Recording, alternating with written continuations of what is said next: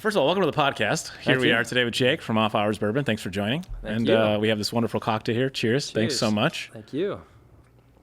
Oh, yeah. That tastes good. It's going to be all right. Smooth. Yeah, this is our latest bourbon espresso kind of take on a martini here. So, good. yeah, we've got a cool little collab going on with La Colombe Coffee. So we've had a relationship with them for a little while. And the whole espresso martini, whatever late night dinner drink is kind of taken over here recently. So this is our version of it with bourbon, which kind of feeds nice into one of the products that La Colombe's really pushing right now, which is the s'mores latte. Yeah. So yeah, you get a lot of times it's a little bit fancier with the roasted marshmallow and the graham cracker, crust. Oh, but, the rim. Yeah, Interesting. the rim. Yeah. Yeah. So I thought we'd make a massive mess if we were doing it in here. But Hey, look, this is good. yeah, it's good though. So we're just kicking it off. We've got kind of this whole nationwide bartender competition that's gonna launch here, I think in the next week or so.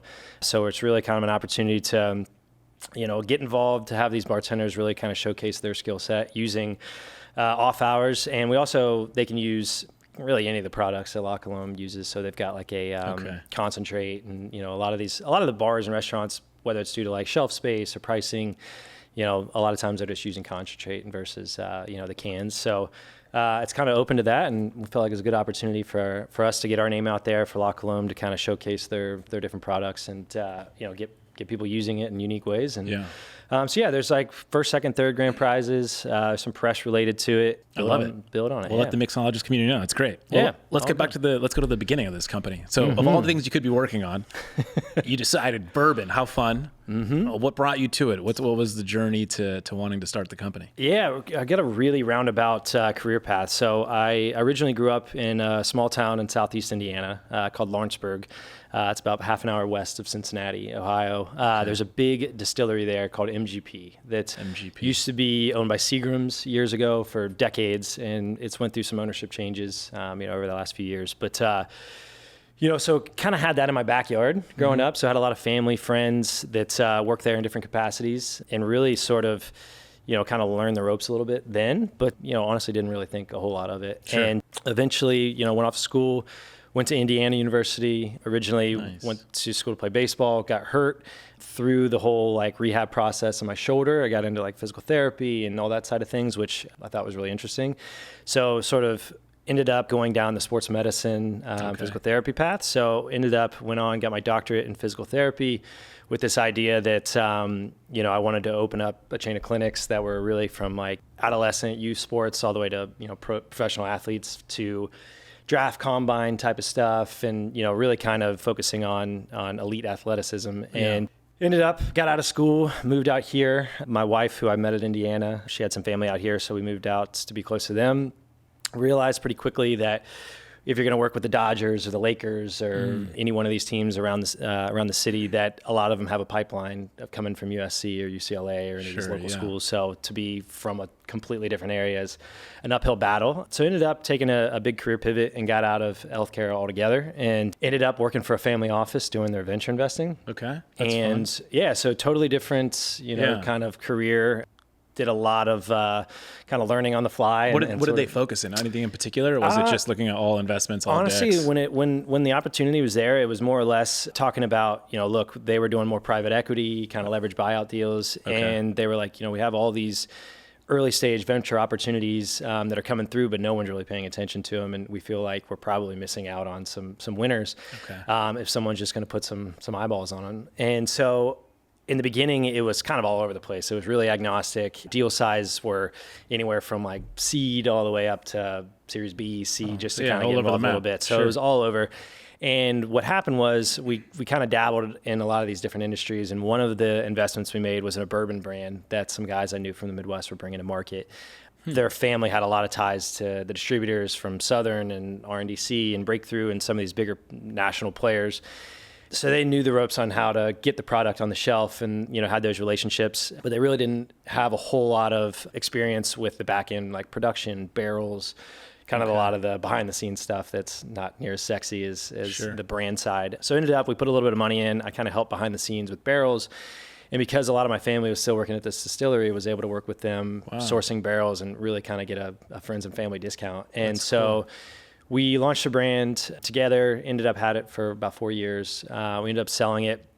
Everybody kind of walked away. And for me, it was like sort of this light bulb went off where it was like, shit, we made a lot of mistakes. And, we still walked away and made a little bit of money. And it was like, damn, if I could do this all over again, here's what I would do differently. Wow. And so really kind of on the tail end of that had started to think through, where were the customers? Where was this demographic that, was really kind of pushing bourbon at the time, which was a lot different than the stereotypical bourbon drinkers. So, most people are thinking of, really 55-year-old white guys drinking bourbon and smoking cigars on a brown leather couch. And when really it was like this younger consumer, men and women, people that were a little bit more interested in it, but not like hardcore bourbon, enthusiasts. So it was like, well, shit, I fall into that category. So like, why don't I try to build a brand that really kind of speaks to me and, my lifestyle? Was like, growing up in a small town in the Midwest and then living in LA were totally opposite ends of the spectrum. But It was kind of like, could you build a brand that's relatable to both? And we went to work and, I kind of put a lot of the venture investment stuff on the back burner and really tried to work on this full time. And so cool. The idea originally was let's invest in bourbon barrels so they appreciate over time. Yeah, the barrels themselves. Yeah. So Smart. It was kind of like, all right, if I buy barrels that are either brand new or maybe a year or two old, that's I can get them. Yeah, that's the real estate. That's your safety net. And so for me, it was like, okay, I can buy some barrels that aren't ready to be bottled right now, or I wouldn't want to, but it's going to buy me a year and a half, 2 years to really kind of get my ducks in a row. Smart. And so ended up sat on those barrels and you don't do it. I mean, you pay a little bit in storage and a little bit in insurance. And really kind of the idea was like, okay, I can kind of continue to help some of these venture companies, but also really sort of build the foundation for this. And wow, that's so smart. Was ready to go in early 2020 and then the world shut down. And ended up, I was having a conversation so with... you launched in 2020? Yeah, launched in October of 2020. Okay, so was ready. It was like end of January, early February, and I was dealing with our glass manufacturer at the time. So it was actually a different bottle. For the bottling? Okay. Yeah, and they were overseas out of Italy, and they had been really responsive the entire time up to this point. And I'm asking them about, okay, when's this, like, this tanker load, basically all this stuff, when is all this stuff come, or this truckload's coming over on these freighters or whatnot? And radio silence. Weeks go by and a guy reaches out to me and he's like, our entire country's shut down. No one's going to these factories. And there's this virus that's going around. And this is really before it ever, it was even talked about all that much around the US. And it was kind of like, holy shit, like, hope everybody's okay. It's kind of an epicenter. And, whatever it was, 2 or 3 weeks later, all of a sudden shit hits the fan here. And so it was kind of like, all right, well now pump the brakes and let's start to figure out what a go-to-market strategy is going to look like with everybody stuck at home and restaurants closed. And, so it really kind of tailored our approach into more social media, into more of the at-home cocktail scene. So which was taking off huge at that time. By the way. I'd never drink more in my life than during COVID. Right? I was making cocktails. I was doing shrubs. I was like, you name it, I was making. I was interviewing mixologists on the podcast. And I was like, what's the cocktail you guys are making? And then we would it was like amazing. I'd have calls with, the distillery, the folks in the Midwest, and it was, it'd be 8, 9 o'clock in the morning, here. So it's just getting to noon or so there. And you'd hear them like crack a beer or they'd, make a cocktail and they're like, you going to join us? I'm like, well, it's 8 a.m. here. And they're like, what else you got to do? What else you going to do? I guess, you're not wrong. So, all right. So you launched anyway. Okay. Yeah. So we launched it. We waited a few months. We launched anyways. And really the idea was kind of like, I want to own my backyard. So it was like, I want to make sure we do really well in LA. And with the distillery and all the family and friends and stuff still in the Midwest, was like, I think there's a lot of low-hanging fruit there in Indiana and Kentucky. Yeah. So we launched with some of the bigger like retail chains in Indiana and Kentucky. Out here, we were selling directly into accounts. So it was like we were trying to go to kind of the who's who of on-premise accounts that were, or restaurants that had to-go cocktails or any sort of opportunity to showcase the brand in a cocktail that way. So we kind of targeted some specific brands that way. And then we went to like Wally's and High-Low and some of the more independent John and Pete's around here, and really kind of focused on what we could do in the stores there, just so people could at least go buy it somewhere. Can you give people a window into that? Because sometimes it can be difficult to land these accounts. Yeah, depending on like the mood of the person. 100%. It can be like it's like kind of crazy sometimes. It's honestly something that we had to kind of do it in the beginning, but now we for better or worse, we don't pay a massive amount of attention to the sort of independent retail section. We focus more on the chain, the Bevmos, the Total Wines, Whole Foods, of the world, because you're dealing with one person who oversees everything, and it's like, okay, you can deal with that person, and they expand it out, and it's very corporate-y, and kind of here's what it is. Whereas and you kind of know what you're going to get. Whereas independent retailers, it is, what's the guy's mood that day, and how many cases of whatever did they just get stuck with, and a lot of wheeling and dealing of like, well, they're selling it for this price point. How do I make sure I make a couple extra bucks or so? And I did it one day with like beer and with a buddy of mine, and it was like the guy wanted to prove he was smarter than the founder, basically, and so he was like telling us about the beer, which is like fine, like that's great, showing awareness, but he was also just, it was too much. It's like it's like, why is it like we're battling about who's got the better nose? It's like, what's going on? Or like, and really, at the end of the day, it doesn't matter about him or us. It's the person that's 100% pouring off the shelf. So it's like, and that's weird. Where a lot of times you'll deal with these people who are used to getting allocated really, hard to find whiskeys or this or that. And it's like, well, I know my palate and I know this stuff. And it's like, well, that's not our customer. Like, our customer is like the everyday person who's spending, $40 to $50 on this, who isn't afraid to put bourbon in a cocktail, isn't afraid to try it in a unique way that's not all about an old fashioned or a Manhattan or just drinking it neat. Yeah. And so it was really kind of playing into this like non-traditional customer. And in the early stages, it's hard to prove that because you don't really have a leg to stand on to show, other than like, hey, here's some press or here's some media saying that like this is where the trends are at. But for now, it's kind of like, where we've sort of landed in this whole thing is like about 2/3 of our customers are women. And it's because of social media. It's because of the stores that we sell into, going to Whole Foods. Whole Foods is like, well, 80-something% of our customers are female. So we're like, well, great. Why don't you have a bottle on the shelf that speaks to a female customer? Why do you think that is? Like that's shocking to me. Yeah. First, you mentioned like the old white guy with the cigar. That's one person. Sure. And then I was like, 80% women. Yeah. Is it the branding? What do you think does it? What draws their attention? The branding, I think a lot to do with the marketing approach to make it less intimidating for people who aren't, used to drinking bourbon. So 9 times out of 10, we did this survey of asking, more women about, do you drink bourbon? And if so, or if not, why or why not? Yeah. And most of them had said, I don't drink that. That's not my deal. It's like, why? Yeah. Well, I'm intimidated. I had a bad experience with it, when I was in college or years ago, and I just don't want to drink it neat. So I'll go order a spiced margarita, or I'll drink a martini or anything and it's kind of like, okay, well, wait a second. So we would do these cocktails where we did, because it was during COVID too, we did a lot of like really simple 2-3 ingredient type of things of stuff that you already had in your fridge or you had in your pantry. So you didn't have to make a special trip to find some off the wall, deal. And so it was a lot of like blueberries and blackberries and raspberries and orange and, kind of really citrusy type of stuff, or berries that, again, kind of looked a little bit more refreshing than just drinking it neat. And so people would be like, they try it and they'd be like pleasantly surprised that like, wow, I actually do like the flavor of this. But I don't know if I could order at a bar because there's so many options to choose from. I don't want to be a burden to the bartender. I know they're busy. And so for us, it was kind of like, look, you don't need to know everything there is to know about bourbon, but as long as we can sort of introduce it in a way that feels a little bit more relatable to your lifestyle and not, some legacy brand that's been out there for 40, 50, 60 years that your grandfather was drinking that you just don't relate to. It's like, I want you to feel comfortable that you can order a drink and that's crazy. Was that always part of the plan? Like, so here you are. So you learned a bunch of stuff on the first company that you got to be a part of. Mm-hmm. And so the second one, you definitely sound more dialed in. It's like, here's the approach. We're going to plant our flag in LA. Was it always the plan to go and try to flip the female market? Not necessarily the female market, but it was more so to think outside the box a little bit from that target consumer. So it was a little bit younger.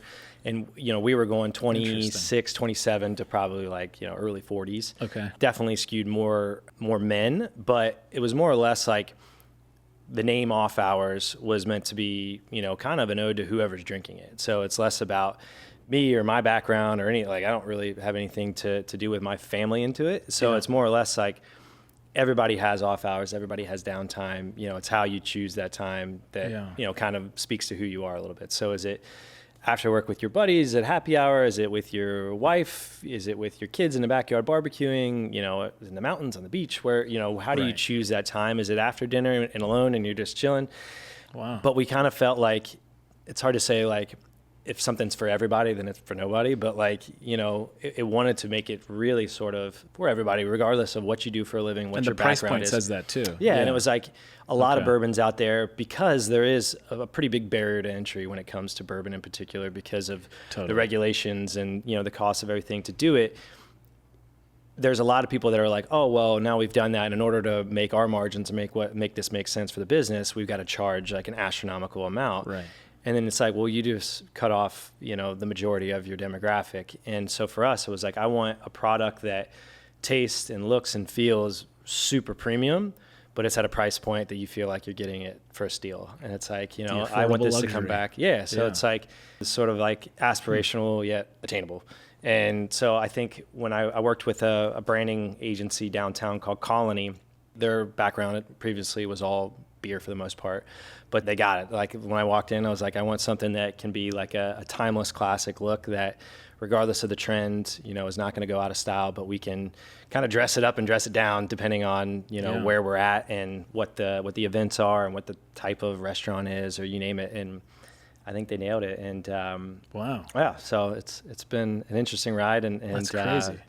So we started Indiana, Kentucky, and kind of Southern California, LA in particular. And was it always bourbon, or were you always? It was always bourbon, yeah. So always bourbon. And then we launched the Black Label one, which is a single barrel, which is probably more geared towards your real bourbon drinkers that are like pretty hardcore about it. So it's a higher proof, higher price point, aged a little while longer. So it's a little bit stronger. And then the rye whiskey, the Green Label one, was one that we launched actually last year. And rye whiskey is typically a little bit spicier. It's got just a little more bite to it usually. Mm-hmm. And we intentionally, kind of with all of them, we wanted to make it, again, a little bit more approachable to a lot of people that drink bourbon for the first time. And you see them kind of make that harsh face. Sure. Or the burn.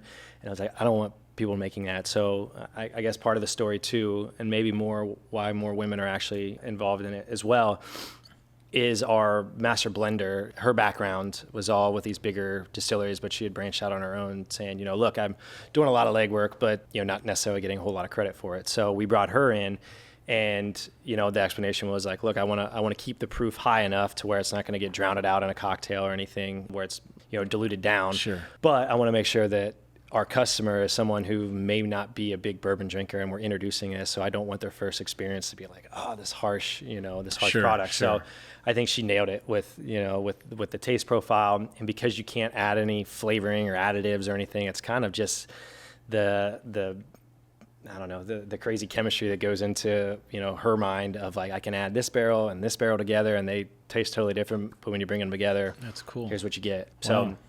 So it's, but yeah, so we started Midwest and West Coast, and now we sell in 10 states, and we got these 3 products, and then expanding to a handful more states over the course of probably early next year would probably be best timeline. Yeah, it's a tough business. So, I almost started a distillery in Houston, and I got to understand all of the, basically the lobbying that has gone on to keep the small player out. And so you have to be well-funded, well-capitalized. The startup costs are pretty high. The amount of volume you have to commit to from day zero is enough to keep a lot of people out. Yeah. And that's before you even sell it. That's before you're even on a market or on a shelf or you have a spending product. Any money on sales and marketing. It takes a long time. What are some of the things that you learned from the other company that most traps people fall into that now you know? Yeah, I think one of the biggest ones, I think that a lot of people in brands, really 2 things. One is a lot of people that get involved in the alcohol scene, it's treated more as a hobby than it is an actual business. So I'm a successful attorney or, an entrepreneur, and I had an exit, and, I've got a little bit of extra cash I want to go around. I'm a bourbon drinker, I'm a tequila drinker, fun whatever. To say, it's this fun is to my say. bourbon, blah, blah, blah. In a lot of cases, if you want to do it and you just want to have it for your, your friends and, gifting or whatever, and that you're not really going to make anything off of it, that's one thing. But to treat it as like, well, I'm a great doctor, and now I'm going to step into the alcohol game, and that's going to make me a great, whatever brand person and sell this brand for hundreds of millions of dollars. It's like a totally different story. So I always tell people, it's like, if you're getting into this, like, to just have some fun with it, like, take that money and, you can go light it on fire, honestly. Yeah. And I think that it's something that, you have to really treat. You have to know the ins and outs of sort of how it all works, because alcohol, it is so heavily regulated. Every state might as well be a completely different country, from how everything's controlled. So I think, one, just understanding what you're going to get into and what, at the very least, what's your downside, what's the most you're willing to risk there. The other piece of it is a lot of brands, to get the volume that makes sense for the attention from one of these bigger players that's going to potentially be interested in acquiring you. A lot of times it's like, I've got to open up all these states and I've got to be in, all these places, which on the surface you get that initial purchase order and it's like, great, the numbers are there, but then you got to worry about the reorders. You got to get people pulling it. So what's the velocity of people pulling it off the shelf? And I think in the first brand, the lesson learned was they jumped out, we got in all these states, and it sort of skews the numbers where it's like, look at how much we're doing, but when you break it down per market and the reorders and all that, it's like, well, there's not really a whole lot there.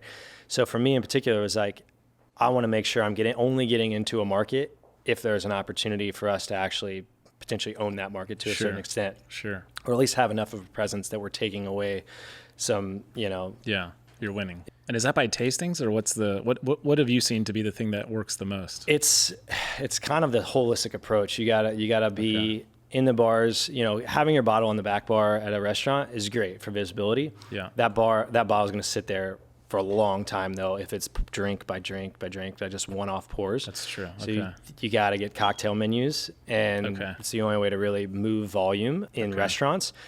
A lot of time cocktail menus, it's all about pricing, price per pour for the restaurants. How do they make sense for that? So you got to check a lot of boxes from that to like, how do I make sure that this is taking the place of Maker's Mark or, any one of these players, and they've got plenty of dollars to spend on supporting the product in the account, the activations, the different POS that they can provide, all these different things that accounts look for as like, it's an easy win for us. Okay.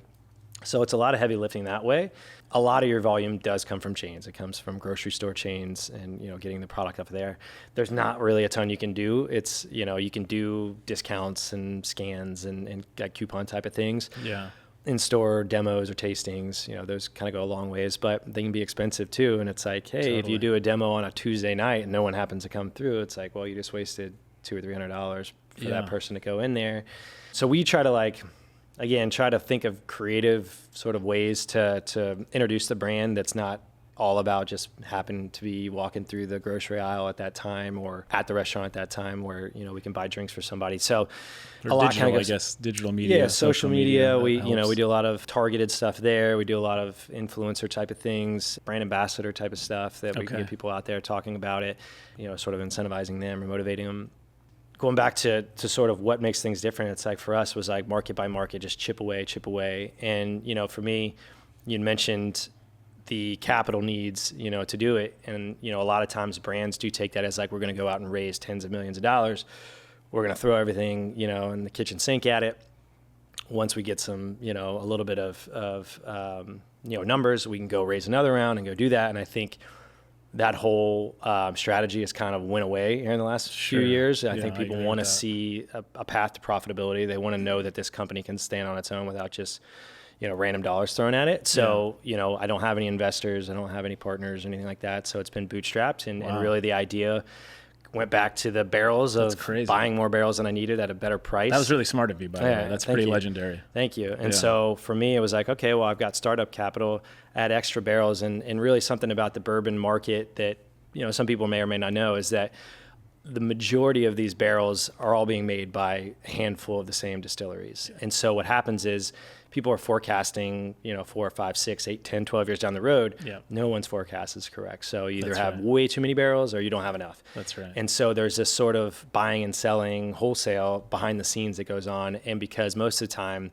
if your brand is that big years down the road, you're dumping barrels in that aren't really going to change the flavor. If you're doing a couple barrels at a time, like you're going to taste if something's off, or the mash bill, the recipe is a little bit different. But when you're dumping tens, if not hundreds or thousands of barrels at one time, it doesn't really make a difference. So a lot of that stuff kind of tastes, it really at the end of the day tastes the same. And most people don't have the palate to be able to differentiate what makes things. And so it is branding, what's on the shelf, what's the marketing, what stands out. So for me, I was like, well, I have all these extra barrels that now have appreciated. Totally. I don't need them anymore. So there's startup brands, there's other brands that have been around that are saying, look, we'll buy them. And so I ended up selling them and taking the difference between what I was in for and what I sold them for, and then reinvesting that into the really smart into the business for like the startup costs. So it really kind of kept my out of pocket. That's so smart. When it comes to like, so I get this question with the sports bar all the time. People are always like, oh, you're opening a sports bar, how fun. What's this Gen Z movement doing? And then I was at an event, and one of the Coors, I think his name was Jim Coors, like from the Coors family, was giving the keynote. And so I think he's like 4th generation Coors family guy. And he was asked the question during the keynote. And he just said, look, at the end of the day, Coors makes people happy. And so if Gen Z doesn't want to be happy right now, that's okay. But at one time, they're going to want to be, and we're going to be there for them. 100%. And it was obviously a very good marketing and like a perfect answer given the brand. But it's a real question. So how do you think about this? Yeah, I think it's interesting because it gets brought up a lot because, you know, there's always these daily newsletters and things that are coming about, and everybody's releasing their quarterly earnings numbers, and it's like, well, they're down and they're down and they're down and they're down. And it's always going back to, well, the Gen Z drinkers aren't drinking, and there's so many other options and everything out there for them. I think that at a global scale, when you look at the numbers, these older legacy brands, that the Jack Daniels, the Jim Beams of the world that have been around for a long time, those customers are aging out, and all these people that are now the customers aren't drinking that. And it's like, I don't want to drink what my dad drank. I don't want to drink what my grandfather drank. Yeah. So they want something that's different. And I think, you know, and really the kind of premium or super premium category for bourbon is really one of the only categories that is actually, it's not at this crazy spike that it was a few years ago, but it's not in decline. So I think for me in particular, like at the stage we're at, I'm kind of like, it doesn't really bother me as much. Like it's sort of, there's enough people out there that are still want to have a drink that are into something. Yeah. And I think, again, like I'd be lying to say like, oh, I only drink bourbon or do this. It's like, I drink bourbon or tequila or beer or wine. Like I don't really discriminate on what it is. And I think that for us as a brand too, it's like, I'm not hyper competitive of like, oh, well, this tequila brand is taking our market share or this or that. And I think it's like, we try to keep an open mind to like, hey, if maybe you're not the person that goes out and grabs a drink all that often, but when you do, hopefully this is the brand that, you know, that sort of really sticks out to you. And so, yeah, I think that the numbers kind of speak for themselves, but I think it really is at much more of a mass scale of, okay, these brands that are selling international, or, you know, their numbers are so, you know, when they lose 5-10%, like it's a big deal to them. You know, for us, it's like, okay, like maybe it's a few less cases, but you know, it doesn't impact you too much. Yeah. And I think, again, it's like, because of the way it's all been funded and the way we go about it, it is like this kind of steady chip away, and, you know, really sort of hopefully stick with these, you know, build that foundation, have a leg to stand on, and then just continue to like go to the next market and the next market. And it's like, eventually we'll get there. And I don't have, that's really smart. You know, really like, I don't have to go out and say, hey, I gotta exit this thing because I got a bunch of, you know, investors or LPs that are, you know, that need their money back. And it's like, that takes a little while longer. It's fine. Like in startup, that's the one thing I learned. It's like, it's just plant your flag and just do one at a time. And most people who try to do too much, they get caught because it's not focused. And so it's like, own your market. And then once you're convinced you have it, move to the next state, city, whatever it might be.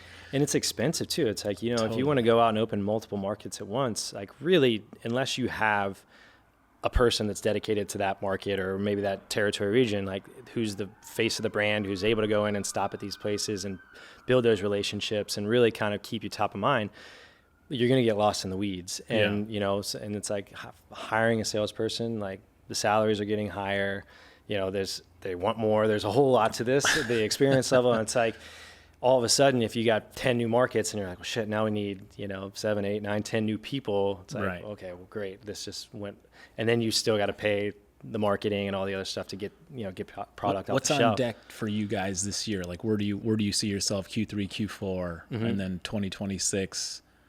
What's on deck? Yeah. So we just launched a 375 milliliter version, so it's half the size of this. So we just launched that. What drove that? Just curious. Hospitality groups on the hotel side. So we were having some interest from some bigger groups that were talking about in-room placements.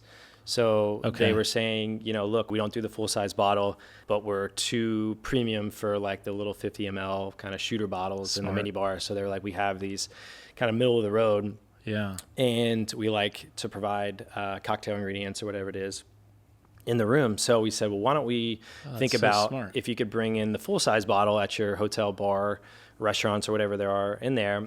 Why don't we focus on that? We have a cocktail on the menu, something really simple. And then let's do like a welcome cocktail. So as you check in and you're waiting for your keys, or maybe your room's not ready yet, or whatever it is, you guys have some pre-batched simple cocktail that's hopefully it's the same thing that the bartenders have already made, so it's not too big of a headache for them. Yeah. You get to sit there, enjoy a cocktail, hang out, do whatever you got to do. And then it's like, oh, well, now you've just tried it. Now it's by the way, that product's in your room. It's also at the bar over here. So we feel like we can and then we can do some cool like dinner series or activations that like incorporate whatever that restaurant's, if it's the steakhouse or if it's seafood or whatever the cuisine is. So we started to think about that, and then all of a sudden it was like one conversation led to another, and all of a sudden there was 7, 8, 9 different hospitality groups. So it was like there's hundreds of locations now that are interested in doing this in all these different markets, and it was like maybe there's something to this. So we launched it, and so the big focus kind of through the end of the year is we'll start to like kind of launch those out to these different hotel groups. Super smart. And then as part of it as well, like a lot of times Q4, the holidays, is a really big time of year for alcohol brands, and gifting and just people being out and the parties and everything. So we're going to do what's called a VAP basically. So it's like a kind of limited value added pack. So we're going to do both the regular bourbon, the single barrel, and the rye, and it'll be like those 3, 7, 5 milliliter bottles. Yeah, smart. And it's like a gift pack essentially that we'll have it Bevmo or Total or wherever it is. And we haven't finalized it yet, but the plan would be to do more of like a gift wrapping or do something there that sort of adds some value to it as well. So hey, I need a gift from my friend or my dad or whatever it be, and we go in and you get that and we wrap it for you and it comes out. So that's kind of like through the end of the year is doing all the coffee stuff with La Colombe, launching those on the hospitality side, getting into the holidays and sort of making sure that we've got everything squared away through the end of the year. And then next year is really kind of expansion, more so like Florida, Georgia, Colorado. We've had some interest in different groups that are there. And again, kind of going back to what we were talking about earlier, it's like, Florida is a massive market, and you definitely need some support there. So it wasn't until people were kind of like, okay, I think this would sell in Florida, that we were like, all right, like let's start to think through what that would look like and put the strategy together. Well, let's do an event. Q1, Q2 maybe. Pawn shop, little Off Hours Bourbon, the whole activation, be super fun. Love that. Make a drink, have our bartenders show up for you. 100%. That'd be great. Tell people where they can buy it. You mentioned a little bit Bevmo, Total Wine. Yeah, Bevmo, Total Wine, Whole Foods. If you're in the Midwest, Kroger, Meijer, Big Red, Liquor Barn. Texas, we're just kind of getting going there. So ideally, we're with Specs and some of the bigger players across the state of Texas in the next couple of months or so. Well, congrats. I mean, it seems like you know what you're doing. Really, seasoned entrepreneur. You've seen before. I mean, but still, it sounds like you're at least directed in the sense of like you're deliberate and intentional. And I think that's the hard part sometimes. But you've seen it before, and now you know what to do. Thank you. Well, thanks for coming on the pod, brother. Thank you. Thank you for having me. Delicious cocktail. Thank you. There we go. Thank you. Thank you for tuning in. If you enjoyed this episode, share with your friends, your family, or anyone you might think might benefit from the conversation we've had today. And if you haven't already, please take a moment to leave a review on your favorite podcast platform. We'd greatly appreciate it. Your feedback helps us improve and reach more people who can benefit from our discussions. The best way to stay connected with us and get the latest updates on future episodes is through our social media channels. You can find us at Startup Storefront. We'll be back next Tuesday with another great episode. See you then.